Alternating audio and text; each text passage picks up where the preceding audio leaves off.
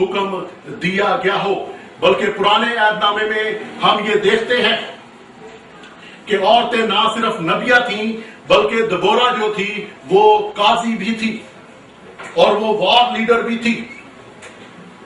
اب بولنا تو درکنار، اگر کوئی عورت قاضی ہے تو وہ یقیناً مردوں پر حکم بھی چلاتی ہے۔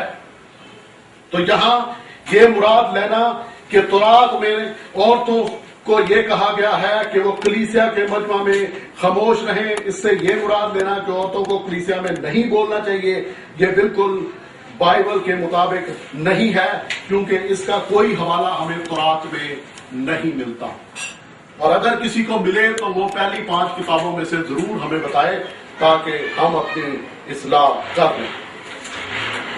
اور آگے لکھا ہے اگر کچھ سیکھنا چاہیے تو گھر میں اپنے اپنے شوہر سے پوچھیں، کیونکہ عورت کا کلیسیا میں بولنا شرم کی بات ہے۔ سوال یہ پیدا ہوتا ہے کہ عورت کے لیے کلیسیا میں بولنا شرم کی بات کیسے ہے؟ اگر کوئی عورت کلیسیا میں یہ کہے کہ خداوند یسوع مسیح اسرائیل کا بادشاہ ہے، وہ میرا شخصی نجات دہندہ ہے، تو اس بات کی نفی ہم کس طرح کریں گے؟ یقیناً اگر کوئی عورت ایسی بات کہے گی جو نازیبا ہوگی یا بائبل مقدس کے منافی ہوگی، تب ہی وہ بات شرم کی بات ہو سکتی ہے۔ بصورت دیگر خدا کے کلام کی بیان کی گئی باتیں چاہے وہ ایک عورت کے منہ سے ہو، ہم انہیں شرم کی باتیں نہیں کہہ سکتے۔ چنانچہ سوال یہ پیدا ہوتا ہے کہ پھر پالوس رسول نے یہ باتیں کیوں لکھی ہیں؟ پالوس رسول بخوبی تورات سے، شریعت سے واقف ہے، اور ہم میں سے ہر ایک اس بات کو بخوبی جانتا ہے کہ پالوس رسول تورات کے بارے میں کسی قسم کی کوئی غلط فہمی یا شریعت کے بارے میں کوئی غلط فہمی نہیں رکھتا۔ علماء کا یہ خیال ہے کہ یہ جو آیت ہے 34 آیت، جس میں لکھا ہے عورتیں کلیسیا کے مجمع میں خاموش رہیں کیونکہ انہیں بولنے کا حکم نہیں بلکہ تابع رہیں جیسا تورات میں بھی لکھا ہے، یہ دراصل سوالات تھے جو کرنتھیوں کی کلیسیا نے پالوس رسول سے پوچھے تھے۔ جب پہلے نئے عہد نامے کے صحیفے تھے جو ہاتھ سے لکھے ہوئے، وہ سارے کیپٹل لیٹرز میں ہوتے تھے، ان میں کوئی فل سٹاپ کوما نہیں ہوتا تھا، کوئی گیپ سپیس نہیں ہوتا تھا، پیراگرافنگ نہیں ہوتی تھی، اس لیے جو سوالات تھے وہ بھی پالوس رسول کے جوابات کے ساتھ ہی منسلک تھے۔ ایک اہم سوال یہ بھی ہے کہ کرنتھیوں کی کلیسیا جس نے تورات کبھی پڑھی نہیں، جس نے تورات کبھی دیکھی نہیں، کیا پالوس رسول اس کلیسیا کو یہ لکھے گا کہ تورات میں بھی ایسا لکھا ہے؟ اور اگر ان کو کہا بھی جائے تو وہ کس طرح سمجھ سکتے ہیں کہ تورات میں بھی ایسا لکھا ہے، یا کس طرح اس بات کی تصدیق کر سکتے ہیں، کیونکہ وہ تو یہودی نہیں تھے۔ تو عزیزو، اس کے بعد ہم دیکھتے ہیں کہ 36ویں آیت میں پالوس رسول ان باتوں کا جواب دیتا ہے اور کہتا ہے کیا خدا کا کلام تم میں سے نکلا؟ اب بعض لوگ یہ سمجھتے ہیں کہ پالوس رسول یہ بات عورتوں کو کہہ رہا ہے کہ کیا خدا کا کلام تم میں سے نکلا؟ کیا واقعی خدا کا کلام عورتوں میں سے نکلا ہے؟ بے شک اس کا جواب ہے کہ خدا کا کلام عورتوں میں سے نہیں نکلا۔ لیکن اس کے ساتھ ہی دوسرا سوال پیدا ہوتا ہے کہ کیا خدا کا کلام مردوں میں سے نکلا ہے؟ یقیناً اس کا جواب بھی نہیں ہے، کیونکہ خدا کا کلام مردوں میں سے بھی نہیں نکلا، خدا کا کلام خدا ہی میں سے نکلا ہے۔ ہاللیلویا۔ چنانچہ جو لوگ یہ سمجھتے ہیں کہ یہ بات عورتوں کو کہی گئی ہے کہ کیا خدا کا کلام تم میں سے نکلا، تو وہ اپنی اصلاح کر لیں، کیونکہ یہ بات صرف عورتوں کے لیے نہیں بلکہ یہ مردوں کے لیے بھی ہے۔ اور اس سے آگے ہم دیکھتے ہیں، لکھا ہے یا صرف تم ہی تک پہنچا ہے؟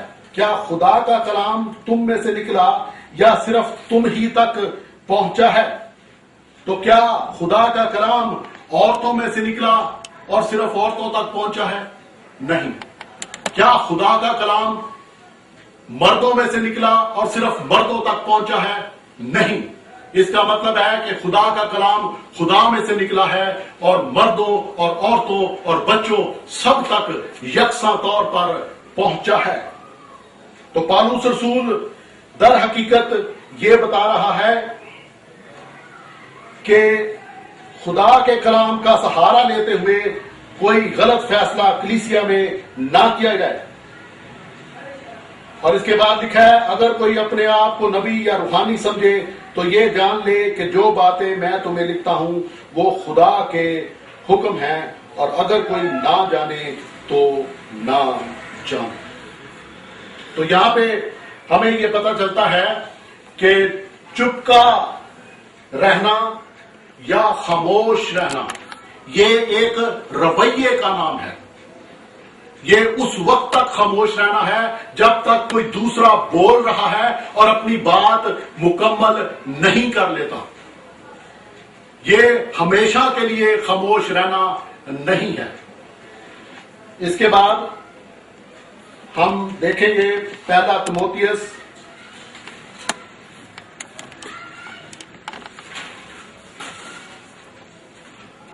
اور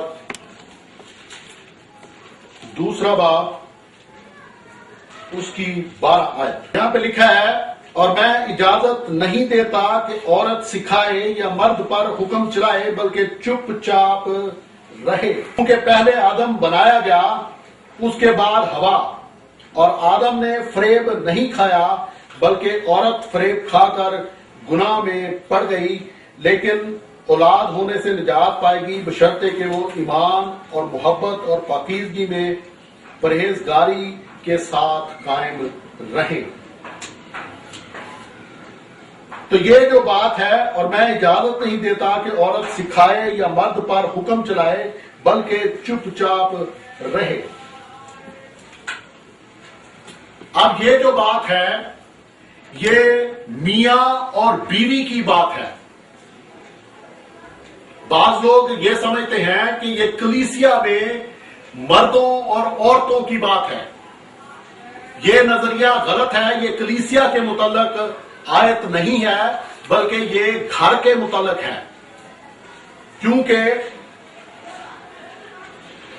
اب یہ کہنا کہ کلیسیا میں تمام مرد جو ہیں وہ ہر عورت سے افضل ہیں، یہ بات قابل قبول نہیں ہے۔ اس کا مطلب یہ ہوگا کہ کلیسیا میں کوئی ایسا شخص جو روحانی طور پر بھی ابھی تک ٹھیک نہ ہو، وہ کسی بزرگہ اور کلیسیا کی ماں جیسی عورت اور دانشور عورت سے بھی افضل قرار پائے گا، محض اس بات پر کہ وہ مرد ہے۔ اب اس بات پہ کوئی بنیاد نہیں رکھی جا سکتی کہ چونکہ وہ مرد ہے اس لیے وہ کلیسیا کی تمام عورتوں پر افضل ہے، چاہے وہ افضل ہو یا وہ افضل نہ ہو۔ تو اس بات سے یہ بات واضح ہے کہ یہ جو بات کی گئی ہے اس کا کلیسیا سے تعلق نہیں ہے بلکہ گھریلو زندگی سے ہے۔ پالوس رسول یہ کہتا ہے کہ میں اجازت نہیں دیتا کہ بیوی جو ہے، جس کا ترجمہ عورت کیا گیا ہے، وہ اپنے شوہر پر حکم چلائے، اور یہ بات واقعی کلام کے مطابق ہے کہ عورت کو یا بیوی کو اپنے شوہر پر حکم نہیں چلانا، کیونکہ کلام کہتا ہے کہ بیوی شوہر کے تابع رہے۔ لیکن کلام ہرگز یہ نہیں کہتا کہ کلیسیا کی تمام عورتیں کلیسیا کے تمام مردوں کے تابع رہے۔ یہ بات کہنا بدعت ہے اور اس کا کلام سے کوئی تعلق نہیں ہے۔ اور اس کے بعد ترتیب ہے، کیونکہ پہلے آدم بنایا گیا، اس کے بعد ہوا۔ پالوس رسول خدا کے کلام کے مطابق یہ کہتا ہے کہ آدم پہلے بنا ہے اور ہوا بعد میں بنائی گئی ہے۔ اور کرنتھیوں کے پہلے خط میں پالوس رسول لکھتا ہے کہ مرد عورت سے نہیں بلکہ عورت مرد سے ہے۔ اور بعد میں پالوس رسول یہ بھی کہتا ہے کہ مرد بھی عورت سے ہے۔ دونوں باتیں درست ہیں، کیونکہ آدم پہلے بنا اور آدم میں سے عورت کو بنایا گیا، اور بعد میں جو مرد پیدا ہوئے وہ سب عورت ہی سے پیدا ہوتے ہیں، یہاں تک کہ خداوند یسوع مسیح بھی عورت سے پیدا ہوا۔ اس کے بعد لکھا ہے، اور آدم نے فریب نہیں کھایا بلکہ عورت فریب کھا کر گناہ میں پڑ گئی۔ اور آدم نے فریب نہیں کھایا بلکہ عورت فریب کھا کر گناہ میں پڑ گئی۔ آدم نے فریب نہیں کھایا کیونکہ آدم کے سامنے ہوا کی مثال موجود تھی کہ پھل کھانے کے بعد انسان کے ساتھ کیا ہوتا ہے، تو بھی اس نے ہوا کے کہنے پر پھل کھا لیا۔ اس کا مطلب ہے کہ اس نے جان بوجھ کر کھایا، فریب نہیں کھایا۔ بعض لوگ یہ کہتے ہیں کہ ہوا کی وجہ سے گناہ ہوا۔ یہ بات سچ ہے، واقعی کلام میں ایسا لکھا ہے، لیکن آپ مجھے یہ بتائیں کہ کیا آدم پہلے گناہ کر سکتا تھا ہوا سے؟ اس کا جواب ہے نہیں، کیونکہ خدا کے پلان میں یہ شامل نہیں تھا۔ خدا کے پلان میں یہی شامل تھا کہ ہوا پہلے گناہ کرے گی، اس لیے کہ آدم سے مسیح پیدا نہیں ہو سکتا تھا، اور نجات وہیں سے ہونی تھی، فتح وہیں سے ہونی تھی جہاں سے گناہ نے شروع ہونا تھا، نسل انسانی میں۔ چونکہ ہوا سے گناہ ہوا تو ہوا سے مسیح پیدا ہوا، لیکن اگر آدم پہلے گناہ کرتا تو آدم سے مسیح پیدا نہیں ہو سکتا تھا۔ اس لیے یہ خدا کی حکمت ہے کہ اس نے ایسا ہونے دیا کہ ہوا پہلے گناہ کرے اور آدم بعد میں۔ اس سے زیادہ کلیسیا میں تھیالوجی نکالنے کی ضرورت نہیں ہے کہ عورت جو ہے وہ اب کلیسیا میں سب مردوں کی محکوم ہے اور وہ بالکل بول نہیں سکتی۔ اس قسم کی تھیالوجی کا کوئی تعلق اس بات سے نہیں ہے۔ یہ میاں اور بیوی کے تعلق کی بات ہے۔ اور آپ کو میں یہ بھی بتاتا چلوں کہ آدم نے کیوں ہوا کے کہنے پر پھل کھا لیا؟ کیونکہ آدم کو کھانا ہی چاہیے تھا، اس لیے کہ آدم مسیح کی مثال ہے اور ہوا کلیسیا کی مثال ہے۔ جیسے مسیح کلیسیا کے لیے مر گیا، اسی طرح آدم ہوا کے لیے مر گیا۔ پریز گاڈ۔ ابھی تک ہم جن باتوں پر غور کر چکے ہیں وہ یہ ہیں کہ آج کا مضمون ہمارا یہ تھا، خوشخبری دینے والیاں فوج کی فوج ہیں۔ ہم نے بخوبی اس بات کا جائزہ لیا کہ مرد اور عورت دونوں ہی خدا کی شبیہ پر ہیں اور یہوہ کا جلال ظاہر کرتے ہیں۔ اور اس کے بعد جو پرانی سیٹنگ تھی ہیکل کی، اب اس سیٹنگ کا اطلاق یسوع مسیح کی کلیسیا پر نہیں کیا جا سکتا، اس لیے کہ مسیح ہیکل سے باہر قربان ہوا۔ جب مسیح جی اٹھا تو وہ اپنا لہو لے کر زمینی ہیکل کے پاک ترین مقام میں نہیں گیا، بلکہ آسمانی مقدس میں گیا۔ اور اس کے بعد مسیح کے جی اٹھنے سے پاک ترین مقام کا پردہ پھٹ گیا، اور روح القدس جو پہلے صرف مخصوص لوگوں پر نازل ہوتا تھا، اب کلیسیا عام پر نازل ہونے لگا بلا امتیاز۔